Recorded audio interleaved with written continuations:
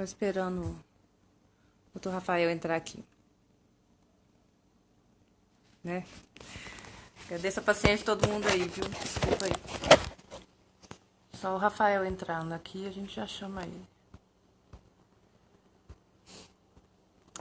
Vamos.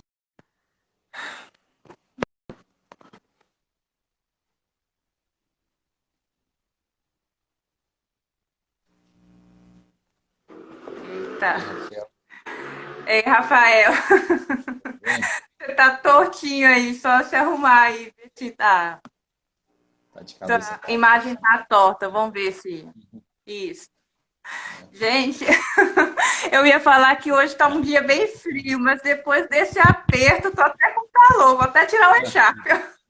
mas é assim mesmo. É, Essa mas de novo pedir desculpa para todo mundo, viu? Mas sim. é assim mesmo. Por outro lado, agradecer muito. Você tá aqui, né, Rafael? Rafael Uhum. esteve aqui presencialmente em outubro do ano passado. Deu para nós, né, uma palestra nesse tema que foi muito bom. E, e assim, o motivo da gente estar fazendo essa live é porque o NECO é uma entidade de extensão. E hoje a Universidade Federal de Lavras, ela faz parte do núcleo dos criadores aqui de Lavras, né, como conselheira técnica. E esse foi um dos pedidos que os criadores fizeram para nós, que nós pudéssemos abordar temas relacionados à verminose. Né? Então, vou dar a palavra para você, viu, Rafael? E a gente já tem algumas perguntas que eu acho que já vão se estender, né? Um bom bate-papo. Mas todo mundo que estiver assistindo aqui a gente quiser mandar mais perguntas, a gente tenta encaixar elas aqui também, tá? Então, obrigado por você estar aqui e todo mundo que está vendo a gente também. Tá certo. Raquel, primeiramente eu agradeço aí ao seu grupo de estudos, né, pelo convite. Vai ser um prazer aqui da gente estar trocando essa ideia sobre controle de verminose de meninos. Eu sou zootecnista de formação, sou mestre e doutor em nutrição animal pela UFMG. Durante o meu mestrado e doutorado, a gente fez uma série de estudos associando a nutrição com o controle de verminose. Então, por isso que a gente vai tratar desse tema aqui com bastante propriedade hoje. Agora, Raquel, eu queria saber se a gente vai seguir um conteúdo prévio, já vamos para perguntas, porque sempre o Olha, conteúdo de Rafael, perguntas é se muito você bacana, né? que nem eu te falei, como essa live ela veio mesmo, né, da demanda nossa da extensão, né, das dúvidas dos criadores, né, a gente postou, né, para as pessoas mandarem algumas perguntas e a gente já tem assim para começar esse bate-papo, vamos fazer perguntas, né, e respostas. Eu acho que é uma forma bacana. O pessoal tá até Uhum. falando aqui, Rafael, que o seu som tá bem baixo, puder Tá aumentar um melhor. pouquinho. E aí, assim, acho que a gente pode fazer dessa forma mesmo. Então, assim, vieram 5 perguntas que eu acho que são muito válidas. E a primeira, que eu acho que a primeira dúvida mesmo que todo mundo tem é como escolher um bom vermífugo para cavalo. Então, Uhum. essa realmente é uma boa pergunta, né? O que que eu preciso? Qual que é a base? Qual que é o meu critério para escolher um vermífugo para cavalo?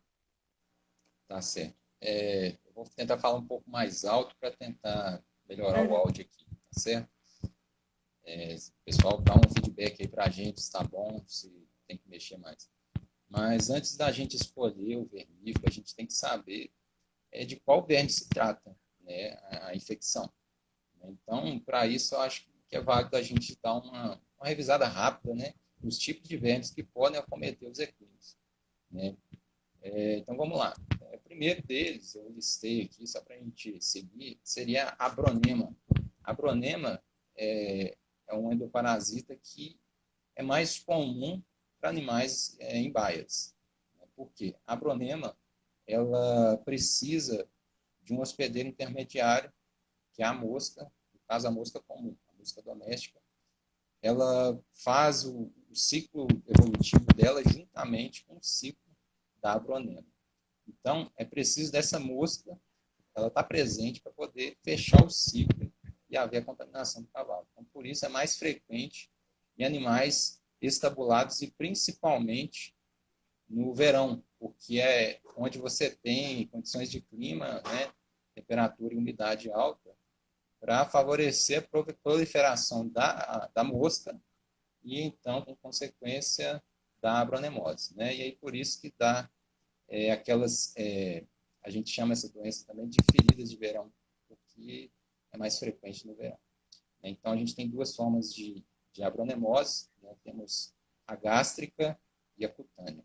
A gástrica é quando você fecha o ciclo completo, ou seja, então, a mosca contaminada, então, ela se contamina com as fezes de um animal que já tenha a abronemose.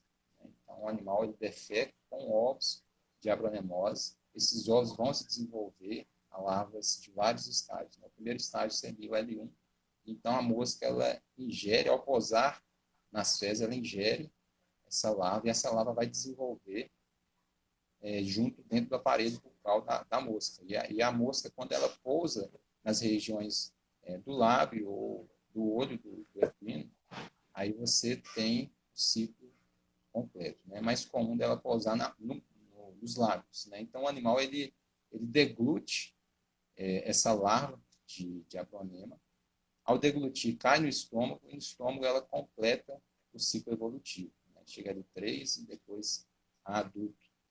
E aí, então, você fecha o ciclo e as abronemas elas vão, então, vão fazer a postura e aí você tem ovos de abronema de novo nas fezes. Né? Então, esse aí é o primeiro que a gente pode destacar, mais para animais estabulados.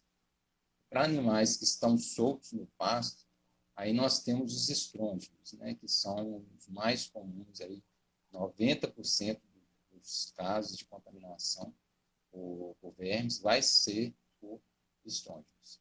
E aí a gente tem dois grandes grupos de estrôngios, né, porque estrôngios é um grupo de mais ou menos aí, umas 80 espécies diferentes de parasitas. Né?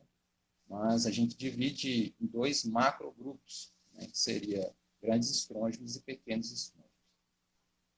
Os grandes estrôngios, eles foram um problema muito, muito grave na criação de equinos, desde 1980, 1990, e aí depois esse problema diminuiu.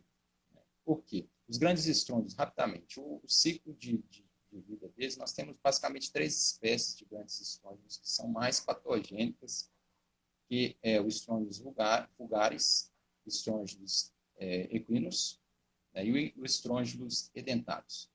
Eles são muito patogênicos. Por quê? Porque a larva, que ainda não está no seu estágio maduro, mas a larva L3, que a gente fala que está no estágio intermediário de desenvolvimento, ela tem um ciclo migratório pelo organismo animal. Então, cada uma dessas espécies vai migrar para um órgão do animal. Então, tem espécie que migra para o pâncreas, para o fígado, tem espécie que migra para o intestino, né, para o seco do cólon, e aí pode causar uma morte mesmo, um trombo, ou entupir ali o canal, né, os vasos sanguíneos, né, para poder irrigar ali o seco do cólon. Então, causa até infarto de certas porções do seco do cólon. Então, é grave por conta disso. Cada uma dessas espécies vai migrar para um órgão diferente do corpo. E isso vai ocorrer aí em torno de até uns 6 meses.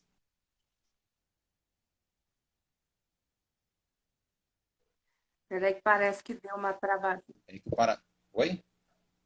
Parece que deu uma travadinha, Rafael. Só É, voltar. sim, Uhum. pronto. Então, o período que essas larvas vão ficar migrando pelo corpo do equino pode chegar de 6 até 8 meses. Então, dá para fazer um estrago violento nesse tempo aí. Então, Sim. essas larvas de grandes estrôngios são mais patogênicas por conta desse caráter migratório que elas têm por vários órgãos do animal. Né? Pode E provocar podem cólica. causar até cólica, né? Sim. Cólica tem várias causas e uma delas, de fato, pode ser verminose, né? Uhum. Pode levar o animal a óbito rapidamente, se não for diagnosticado Uhum. e tratado. Então, por isso que foi um problema muito grave. Isso em 1980, 1990. Depois não foi tão comum mais. Por quê? Porque o pessoal conseguiu, então, aplicar vermífugos da classe dos benzimidazóis, né? Bebendazol, por exemplo, mebendazole. E aí, com esses vermífugos, que era o único praticamente que tinha na época, era esse grupo, com esses vermífugos eles conseguiram erradicar praticamente os grandes estrônios. Sim. Então, já não foram tão comuns assim de serem encontrados. Ô, Rafael, a Mas, Júlia Fernandes, ela pediu só para você repetir de novo o nome das espécies, né, de estrôngilos que infectam o sim, cavalo. as três mais comuns são estrôngilos vulgares, estrôngilos edentatus e estrôngilos equinos. São as mais comuns. Tem outros tipos de grandes estrôngilos, mas não são tão comuns. Então, esses três aí são muito patogênicos, muito perigosos, né, para os equinos. E depois, então, né, com o passar do tempo, final da década de 90 e diante, aí a gente tem a emergência dos pequenos estrôngilos. Né? Eles são pequenos estrôngilos, são assim chamados porque o tamanho deles é relativamente pequeno em comparação aos outros, né? Em torno de 1 polegada, 2 polegadas, né? 5 centímetros de comprimento. Já os grandes estrôngilos chegam aí a uns 20 centímetros de comprimento, 30 centímetros de comprimento. Então, há essa diferença. Os pequenos estrôngilos, eles têm uma outra diferença também, que é o grau de patogenicidade deles. Também são um grupo, né, de várias espécies de parasitas, mas a gente vai chamar aqui de pequenos estrôngilos. Eles são relativamente apatogênicos. Por quê? Porque a larva, né, o ciclo ali de evolutivo intermediário, né, não o adulto, a larva ela não tem um caráter migratório como tem as larvas de grandes estrôngilos.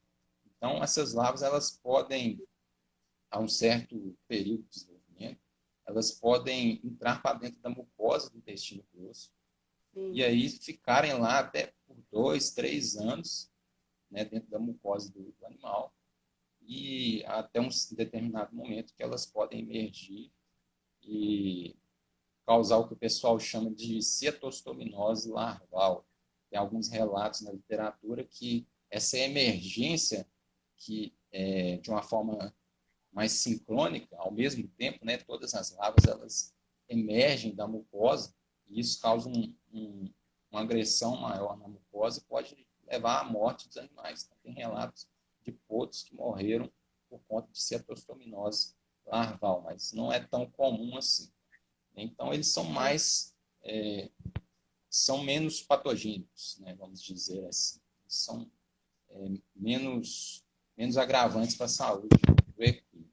Mas são os mais comuns. Hoje, se a gente for fazer, independente da idade, a partir de 6 meses em diante de vida do animal, a gente vai fazer o exame de OPG e a gente vai ver praticamente 95% da carga parasitária vai ser de pequenos estrôngilos.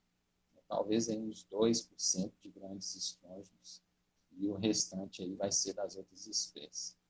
Então, eles são importantes porque eles são mais comuns de você encontrar, né, nas fezes dos equinos, mas não são tão patogênicos. Né? Inclusive, no meu experimento de mestrado, a gente testou uma série de exames, uma série de testes em 2 grupos. Né? Um grupo que a gente manteve sem vermifugação, sem nenhum tratamento antiolítico, um outro grupo que a gente fez o tratamento com, na época, foi vermífugo à base de moxidectina. Né? Foram éguas no terço inicial de gestação, do experimento mestrado. Esse experimento surgiu até com uma iniciativa da professora Dalgisa, juntamente com a professora Sarah Halston. Né? A professora Dalgisa foi minha orientadora na UFMG, né? No departamento de zootecnia, no mestrado e no doutorado. E teve uma época que teve um evento internacional aí que a professora Dalgisa ela encontrou com a professora Sarah Halston, de lá da Universidade de New Jersey, e aí elas tiveram essa ideia aí de tentar fazer uma parceria para estudar, então, a verminosa aliada à nutrição do animal. E aí, então, a gente bolou esse experimento e veio a ser meu experimento de mestrado na época, e mais para frente a gente meio que incorporou ele para transformar num experimento de doutorado também.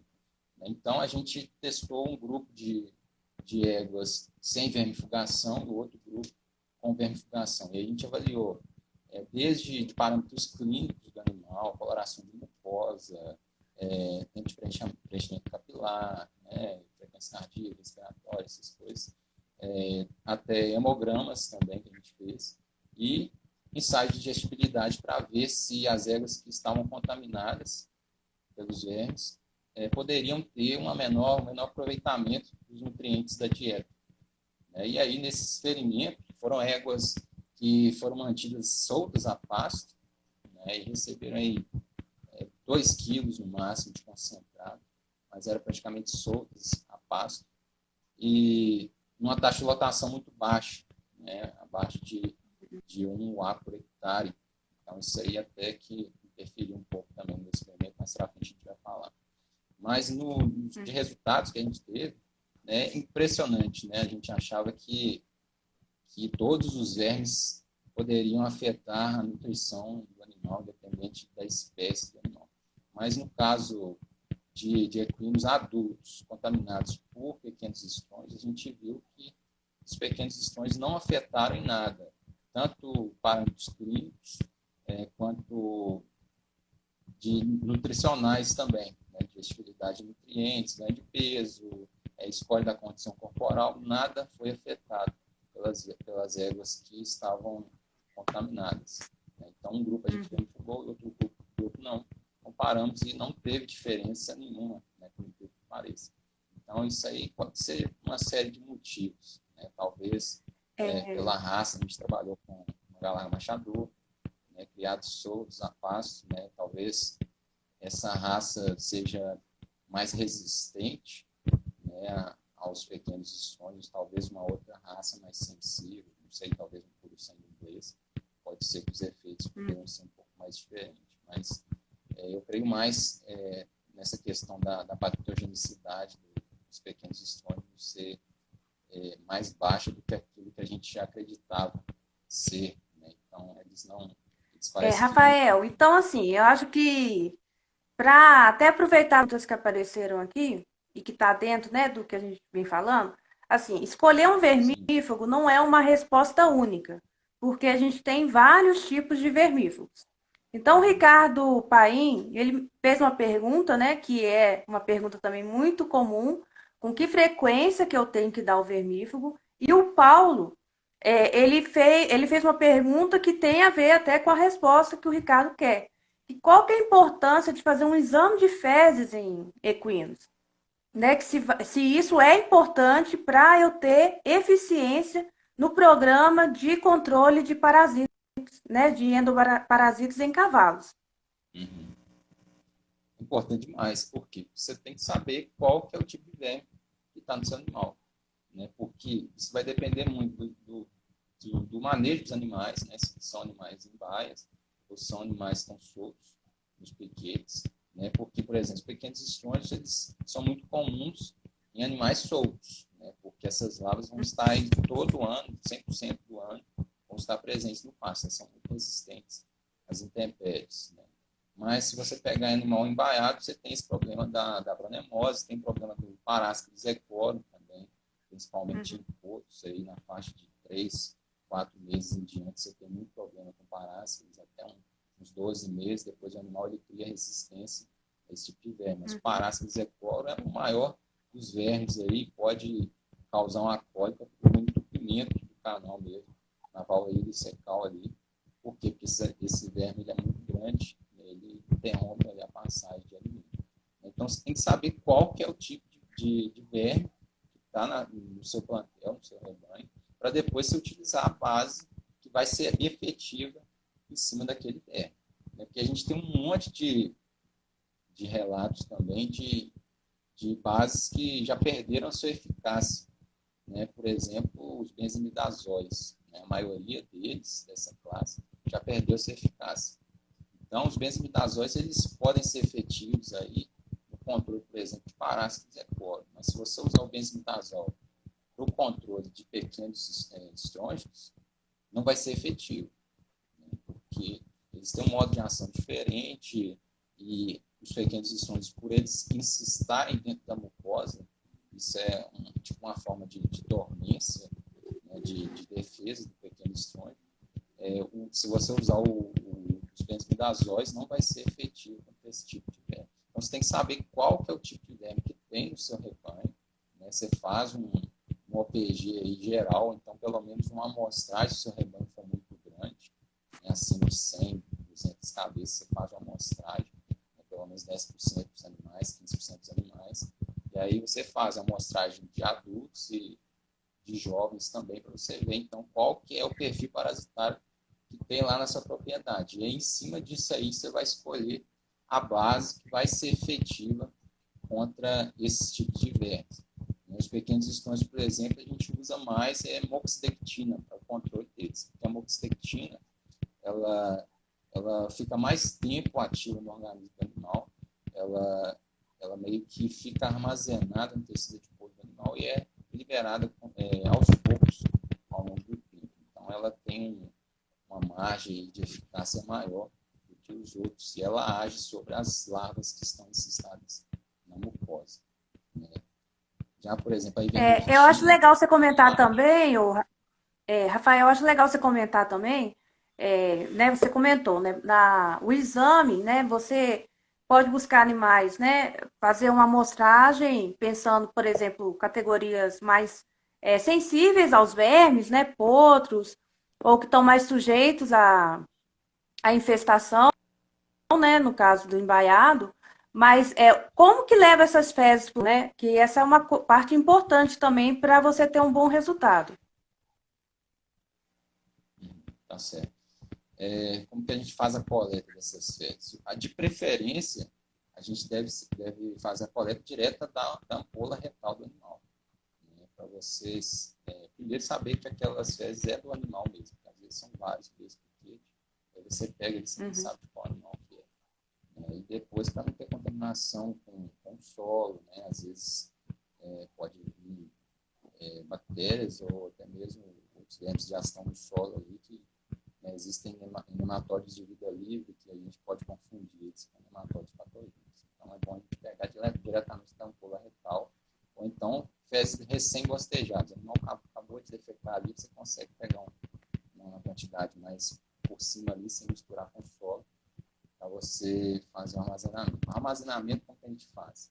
Se a gente for fazer exame de coprocultura, né, que é o cultivo dos ovos até virarem larvas, a gente precisa de pegar uma quantidade aí de mais ou menos uns 50 a 100 gramas de fezes, né, meia mão.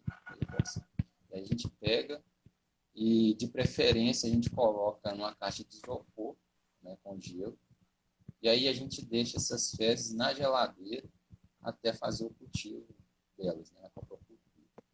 Se for fazer o OPG, da mesma forma, só que a gente deve fazer o OPG o quanto antes, né? Porque a gente coloca aí no máximo 24 horas para você fazer o exame de OPG, né? Mesmo resfriado, porque senão depois esses Então não ovos pode podem... congelar as fezes, né?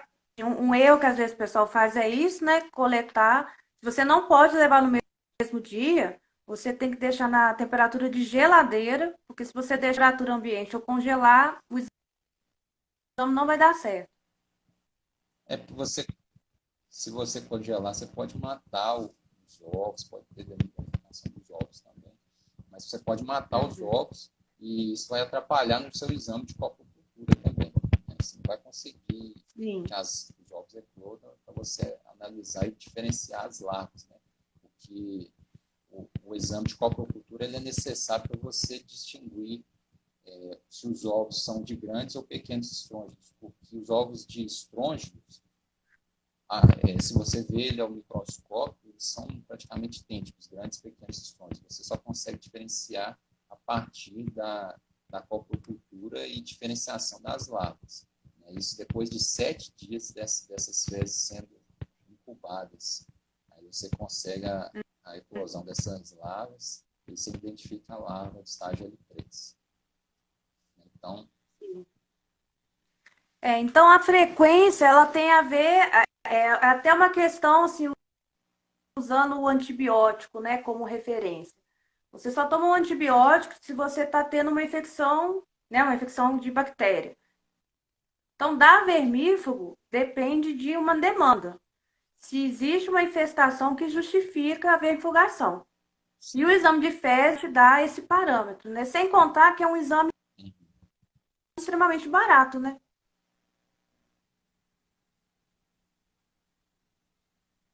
cortou aqui para mim. Oi. Voltou. Estou ouvindo. Tá.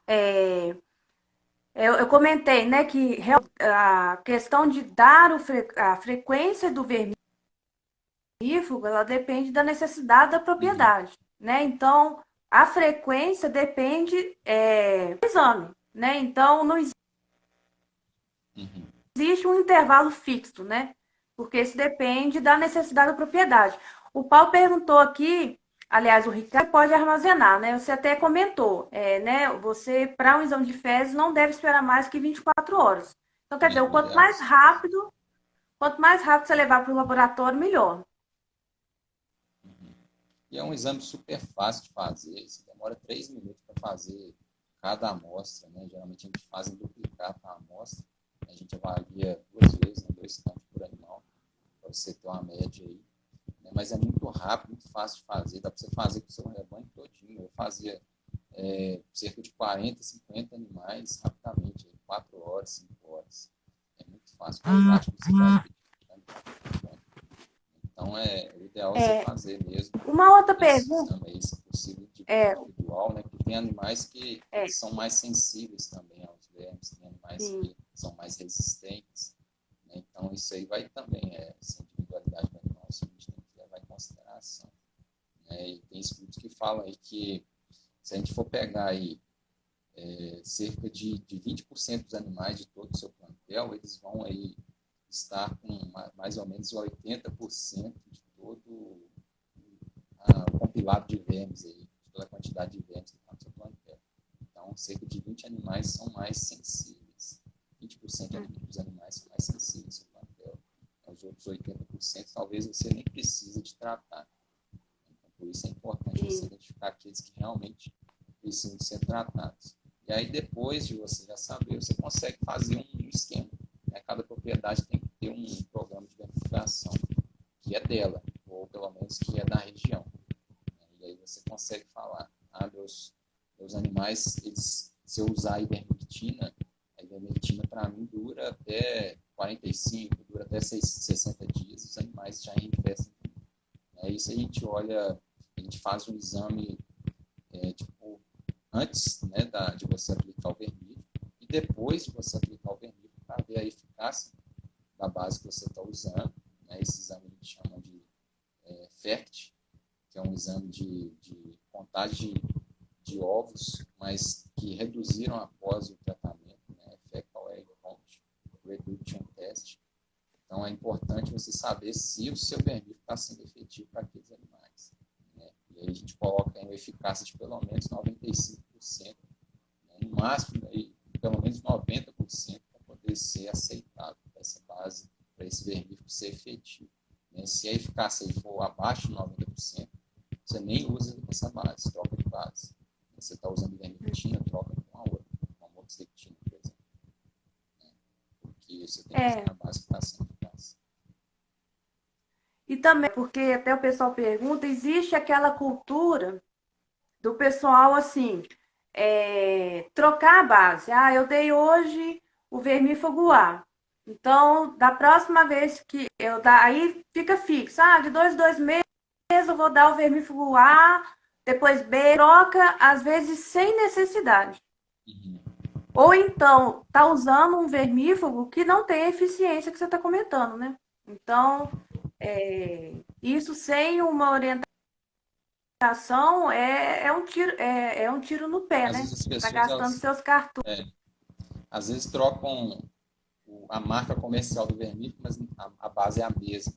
Né? A Uhum. ivermectina por ivermectina só muda o nome comercial do produto.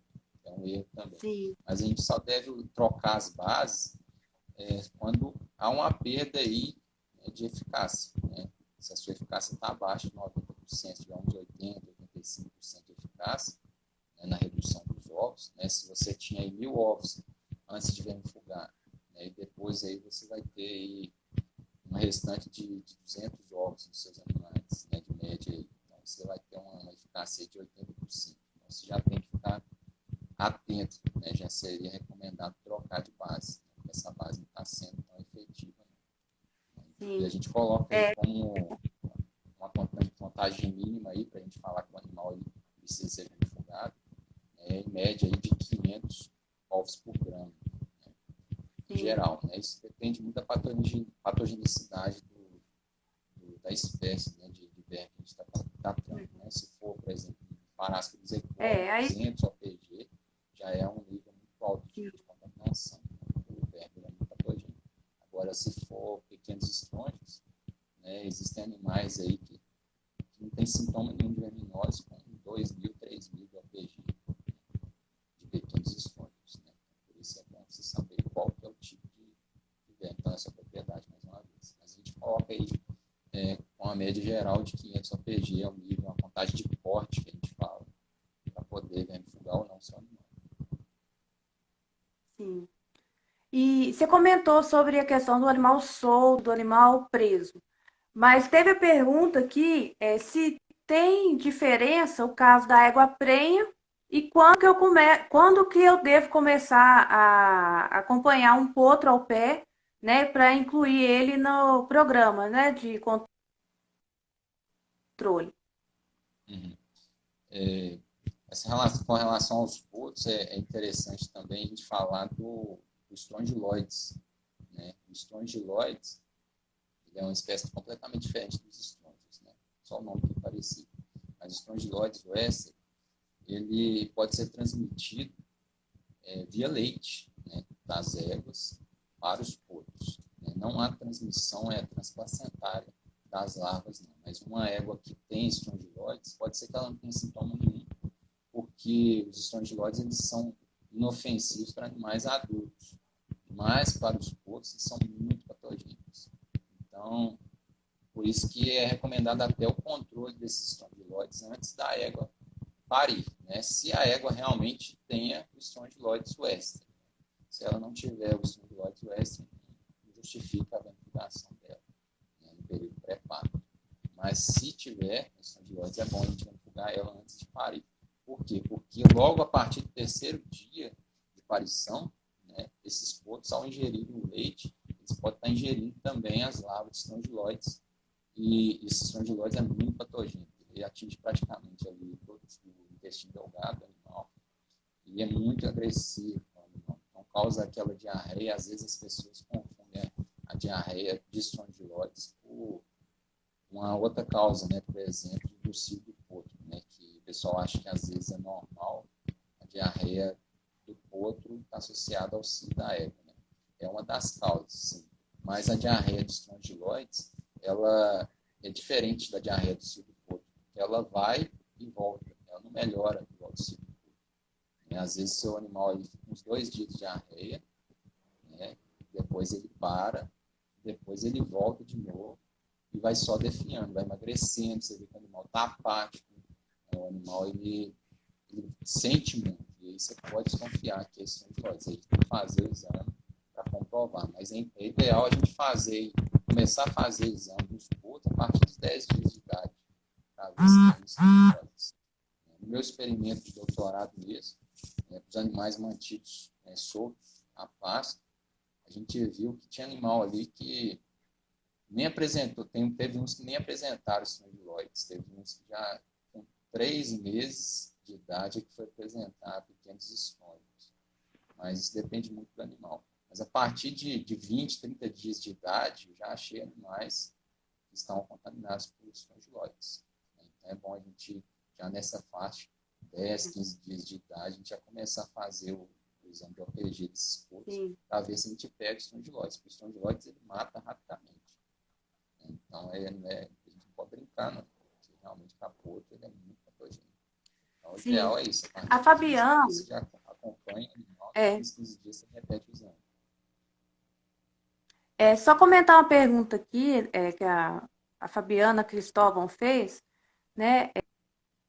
Comentando assim, né? Como a campo, os exames parasitológicos são incomuns, tá a dosificação em relação à época do ano e o manejo sanitário, né? Só fazer um comentário, né, pessoal, antes de você comentar, Rafael. Eu acho que esse incomum no campo, muitas vezes é o desconhecimento, né? Daí a gente está comentando sobre isso. Porque o exame de fezes, o médico veterinário pode fazer, que está na reprodução, né? Não é um exame difícil de ser feito por um profissional capacitado. E então, às vezes, ele é acessível, né? Ele é extremamente, na verdade, é um exame extremamente acessível a campo.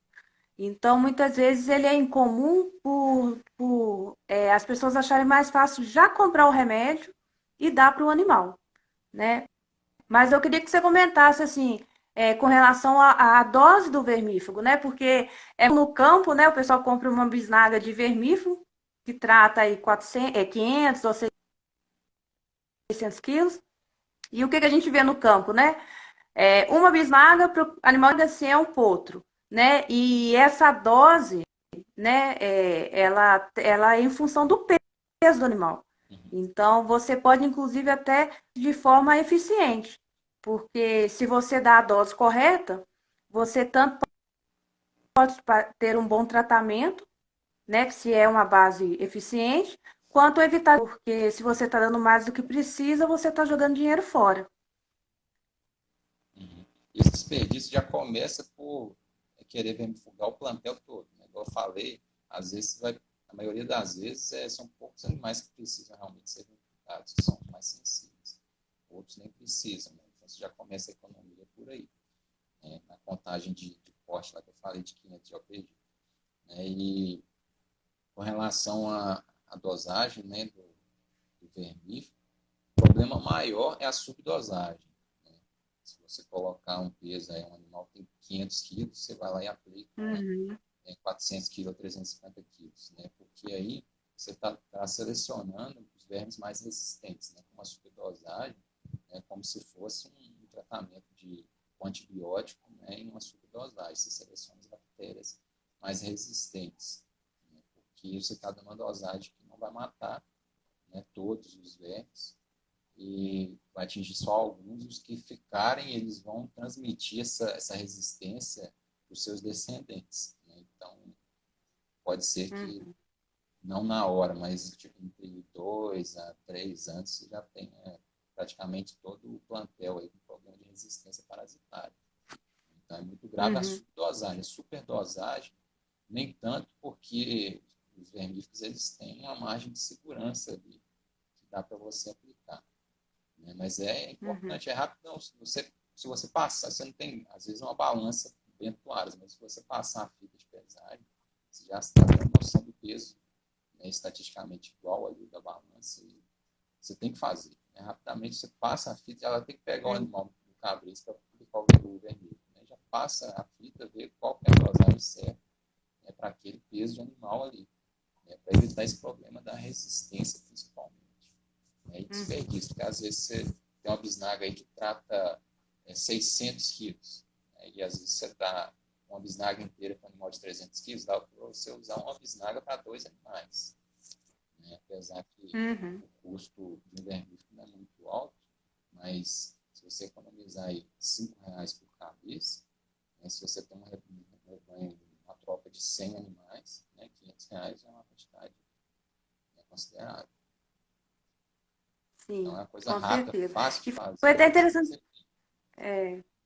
E o peso, né, assim, só como até aqui na universidade, né, o zootecnista Felipe, né, hoje é nosso aluno de doutorado, mas na época foi tema da monografia dele, justamente comparou as fitas, né? Então você tem tabelas, fitas para estimar o peso, então assim, tem como a gente ter um parâmetro, né, se a balança não está disponível, e é importante ter realmente essa referência, né?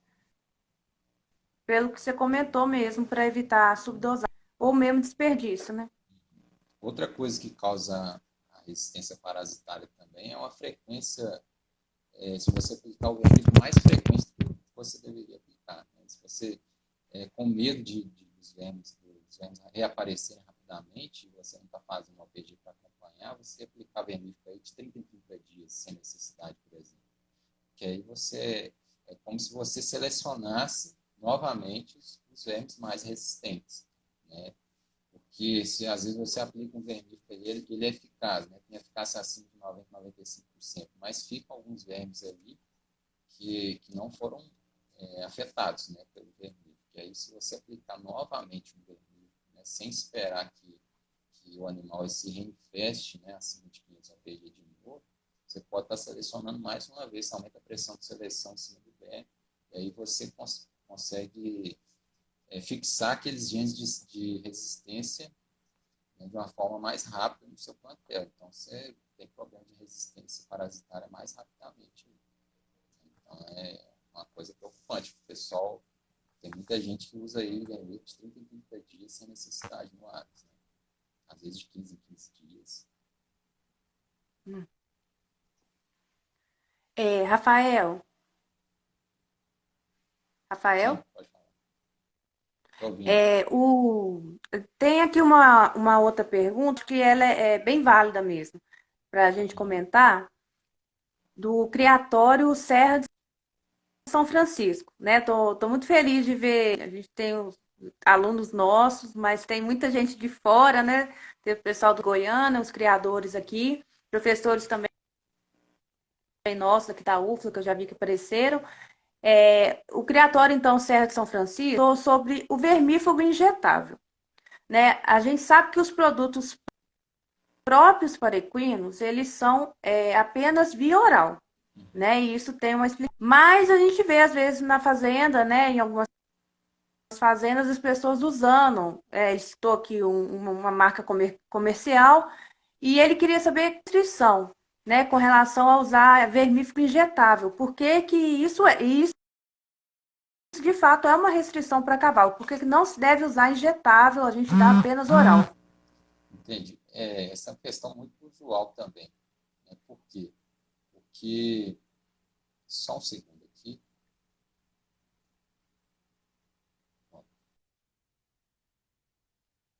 Tá me ouvindo agora? Espera um pouquinho, parece que cortou.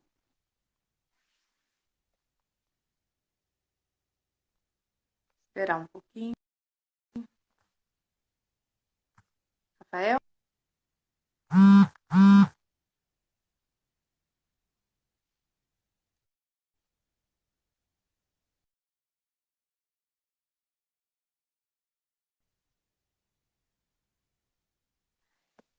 Eu vou chamar ele de novo aqui, ó. Parece que caiu. Só um minutinho que eu vou chamar ele.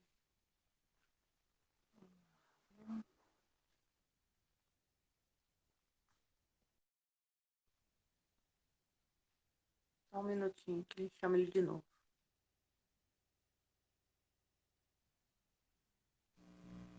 Caiu aqui. Voltou. Voltou. Espera aí só um pouquinho que tá. Sua imagem tá preta, mas comecei a te ouvir.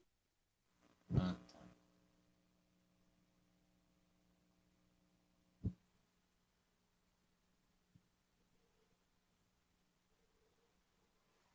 Espera aí, vamos fazer de novo aqui. Tá congelado aqui. Essas Tá me nuvens. ouvindo?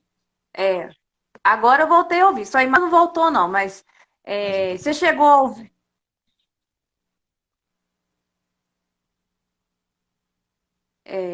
Tá me Pode ouvindo? continuar. Isso, é Tô o. ouvindo. Até queria que você falasse. Até o Criatório, né? Pode até falar o nome, ele está até complementando aqui, né? Ele citou um produto comercial baseado de doramectina e, Uhum. e comentar então sobre essa questão do injetável, né? Uhum.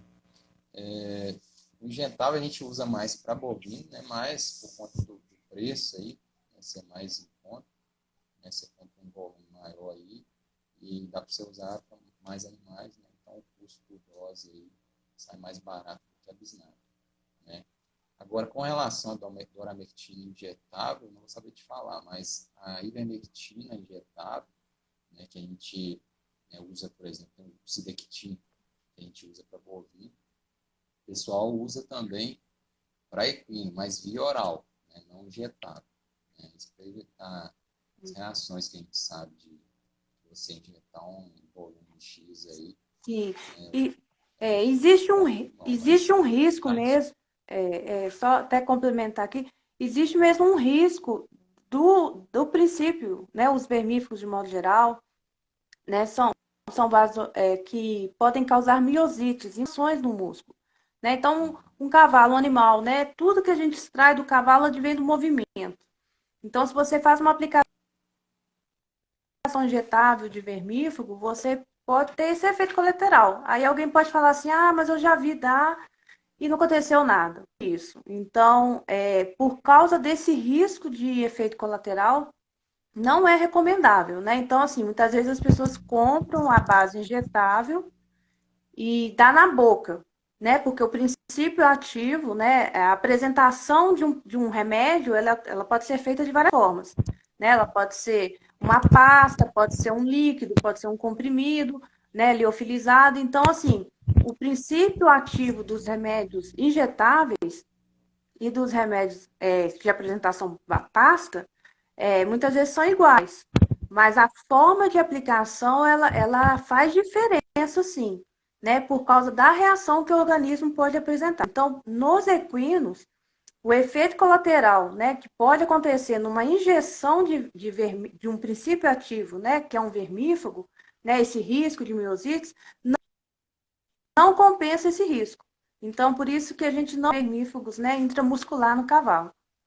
e até mesmo quando se aplica via oral, por exemplo, esse Dectin, que o pessoal usa via oral, já tem alguns estudos que apontam aparecimento de úlceras estomacais, né, se você usar a ivermectina via oral. Uhum. Né?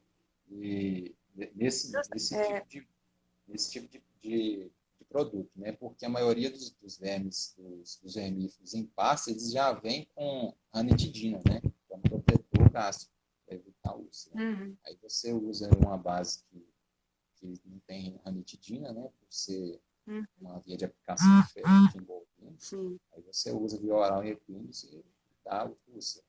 Então, é um problema. Então, é preferível você usar a bisnaga mesmo, mais segura. Rafael, eu acho assim, né? É um assunto extenso mesmo, se for deixar, né? A gente vai rendendo, mas teve uma última pergunta, né? Que aumentou bastante aqui, que eu acho ela fundamental quando a gente pensa em prevenção de verminose. Porque além do vermífugo, o que que eu devo fazer para evitar infestação por vermes no plantel, né? Porque às vezes a pessoa acha que só dar o vermífugo vai evitar a doença. Então, Uhum. quais outras medidas que você deve fazer para evitar, né, verminoses no aras? É, verdade. Tem uma série de recomendações que podem ser aplicadas aí no controle de verminose, além da dependência. A gente tem que reduzir a nossa dependência de só usar vermífugo, né? Tem que ter outras formas, né? E Uhum. uma das formas, né, seria, por exemplo, se os animais estão todo misturados, animal potro com adulto, né? Você tem que separar. Você tem que separar um piquete só para potro. Né? Por quê? Porque se o seu adulto tiver ali estrondiloides passar para o seu corpo, né, você vai ter problema. Então, é importante você separar as categorias. Né? Depois, Uhum. você pode também fazer, se for um piquete pequeno, né, e se tiver muitos animais nesse piquete, né, uma superlotação, né, você tem que, pelo menos, tentar tirar uma porção do esterco, né, das fezes que são produzidas. Isso em um piquete pequeno. Né? Em um piquete muito grande, vários hectares, é difícil fazer isso aí. O pessoal tem Uhum. até Ali. utilizado controle É. biológico, né, por fungos, que eles vão meio que predar essas larvas que estão no pasto, né, quando o pasto é muito grande. Existem esses fungos aí. Não sei se comercialmente já tem algum produto que tem esses fungos nematóides, mas em fins de pesquisa já se tem muita pesquisa feita. Tá O áudio falhando um pouquinho o áudio, né? Mas está assim, falhando? limpeza, né, Rafael? Das baias também, é importante. Né? Se possível, você passar até Ele aquela tá vassoura cortando de um fogo que a gente pouquinho. fala. Tá cortando? Tá. É interessante até a gente passar aquela vassoura Não, de agora fogo que a voltou, gente às voltou vezes bem. passa em aviário, em granja de suíno também. É interessante passar em baia de cavalo. Por quê? Porque aí você consegue Uhum, eliminar ovos, por exemplo, de parásito ecoro, ovos de abronema, ovos de oxiúrios também, que eles são muito uhum. resistentes no ambiente, né? Um ovo de casca muito grossa, eles são muito resistentes. E aí é bom você passar essa vassoura de fogo nas baias, né? Nas regiões onde dá para passar, né? No chão, né? Nas paredes. É interessante você é, diminuir mais essa infestação em locais mais fechados, né? Locais menores. Né? Então, outra coisa também é a E superlotação de também é vasos. muito bacana nessa limpeza, né? Eu falo que é, tudo conspira a gente criar o cavalo como cavalo. Uhum. Então, o animal solto num piquete, né? Os animais eles têm aquele comportamento do grooming, né? Do toalete social, um Sim. ficar rascando, né? Os outros. Então, se você tem um animal, principalmente numa baia, você deve fazer a escovação desse animal, porque a escovação, além de retirar os pelos mortos, vai retirar esses ovos que podem estar no pelo do animal, né? Uhum. Infestando, e isso também pode evitar, né? Outra coisa também é você não deixar o animal comer no chão, né? Deixar cair feno no chão, misturar com fezes. Isso aí pode estar acelerando aí o aparecimento de vermes. Então é evitar, né? Uhum, Colocar no coxo ou no fenil que está em cima do coxo. Né? Se cair, cai no coxo.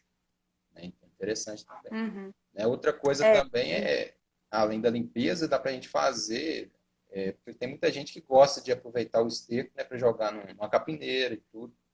É uma uhum, forma aí sustentável aí de dar destino aos resíduos, mas você tem que tratar esses resíduos. Né? Então, uma das formas é a compostagem. Na compostagem, aí você consegue atingir as temperaturas aí de 50 a 70 graus, sim. que vão matar, né, se tiver larva, vão matar ovos, esses parasitas, e aí depois de um certo período aí, de compostagem a gente usa mais ou menos 60 dias, e aí Uhum. você sim pode usar na sua capineira. Né? Mas você colocar fezes ali frescas na capineira, você também pode estar acelerando a contaminação do seu animal quando você ficar o capim fornecendo coxo. Sim, com certeza.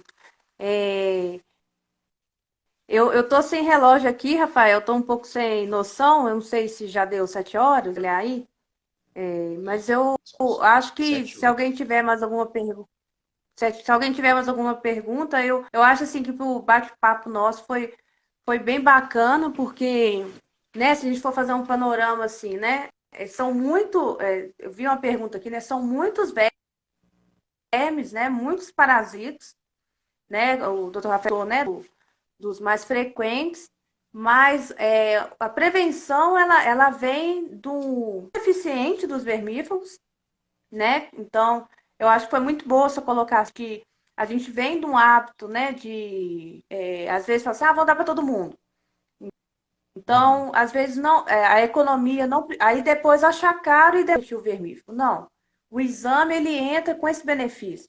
E o exame de fezes, ele é um exame relativamente barato. O profissional que está atendendo você no Aras, ele pode, sim, agregar esse tratamento, né, Uhum. no seu Aras, para saber Você como só que precisa de está ter a um microscópio, infestação. né? Você só precisa de ter um É, eu, microscópio, o é, resto é irrisório. é irrisório. E assim, acompanhar mesmo a frequência, né? A gente recentemente, né, a gente fez um experimento aqui na universidade em 2017 e assim eu fui relembrada, assim, eu falo que realmente o exame de OPG é uma coisa tão simples e que tem uma eficácia tão grande, né? Então a gente assim pegou um lote de animais que tinha resistência à ivermectina e assim a gente chegou a ter contagem de 3.000 ovos dos 500, né? De modo geral. A gente chegou ao animal a ter mais de 3.000 ovos por grama de fezes, né? Uhum. E, inclusive, animais indo com sintoma de cólica. Então, ele ajuda muito e também para poder você ter noção de qual remédio usar, né?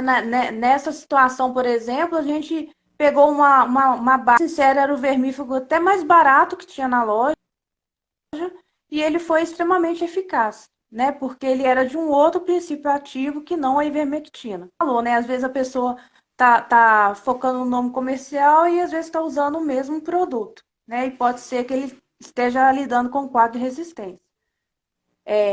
Eu queria Verdade. também que você comentasse, o Rafael, de sintoma, coisa básica, mas é uma coisa importante, né? A gente, quando pensa na nutrição, várias coisas, né? Elas devem, eles são ação. Então, às vezes, você tá com uma ração maravilhosa, você tá com um feno maravilhoso e as coisas não estão acontecendo. Então, assim, o animal não está dando uma boa resposta nutricional. O que seriam sintomas que você poderia parar para pensar e falar assim, não, pode ser que esteja sendo problema de verminose. Sim. Visualmente, né, além dessa característica do pelo áspero que a gente vê, né, a gente pode ver o animal ele fica mais apático, ele reduz o consumo, né, ele fica mais isolado, né? Quando o equino ele se isola, você já fica desconfiado, né? Porque é um animal de hábito gregário, ele se isolar de toda a tropa, já pode ser indício de alguma coisa, Uhum. né? E alguns animais apresentam é, um, uma barriga maior, né? Vamos dizer assim, de uma forma mais clara, né? Tem aquela barriga mais abaulada, pode ser indício de cólica, de Uhum. vermes, né? A questão da pigmentação também de mucosa, né? A gente olha tanto a mucosa, né, dos olhos e da região dos lábios também, né? Pode ser um Uhum. indício também. E dentre outros Uhum. fatores Mais também, branca, né? O animal, né? sim, mais apático pode ser uma característica. Mas O o pelo diagnóstico que grosso, a gente faz mesmo né? é pelo OPG que a gente tem que fazer. Por Uhum. quê? Porque tem alguns animais que vão ter sintomas, outros não vão ter. Né? Vai ser mais subclínico, né? Não vai apresentar o sintoma, mas ele está com verme. Uhum. Então, a forma de Uhum. dizer mesmo que a gente tem a ferramenta mais prática, mais usual hoje, é o OPG. Né? Então, Uhum. para ser mais conclusivo, né? A gente não trabalhar só no achismo, né? Tem que fazer o OPG, porque todos Uhum. os exames clínicos são importantes. A gente pode tirar a frequência cardíaca, temperatura retal também, frequência respiratória, ver se está alterado. O grau de desidratação do animal também, né? A gente puxa ali a pele mais na região ali da espádua do animal e vê, né, quanto tempo que ela demora para retornar. Né? O ideal Uhum. seria de 2 segundos, máximo 3 segundos. Né? O ideal seria 2. E o animal desidratado ele demora mais voltar para a pele, né? Na região da espádua. Sim. Mas são alguns indícios, mas o ideal mesmo é se você faça o exame de OPG. Né? Tem alguns animais que não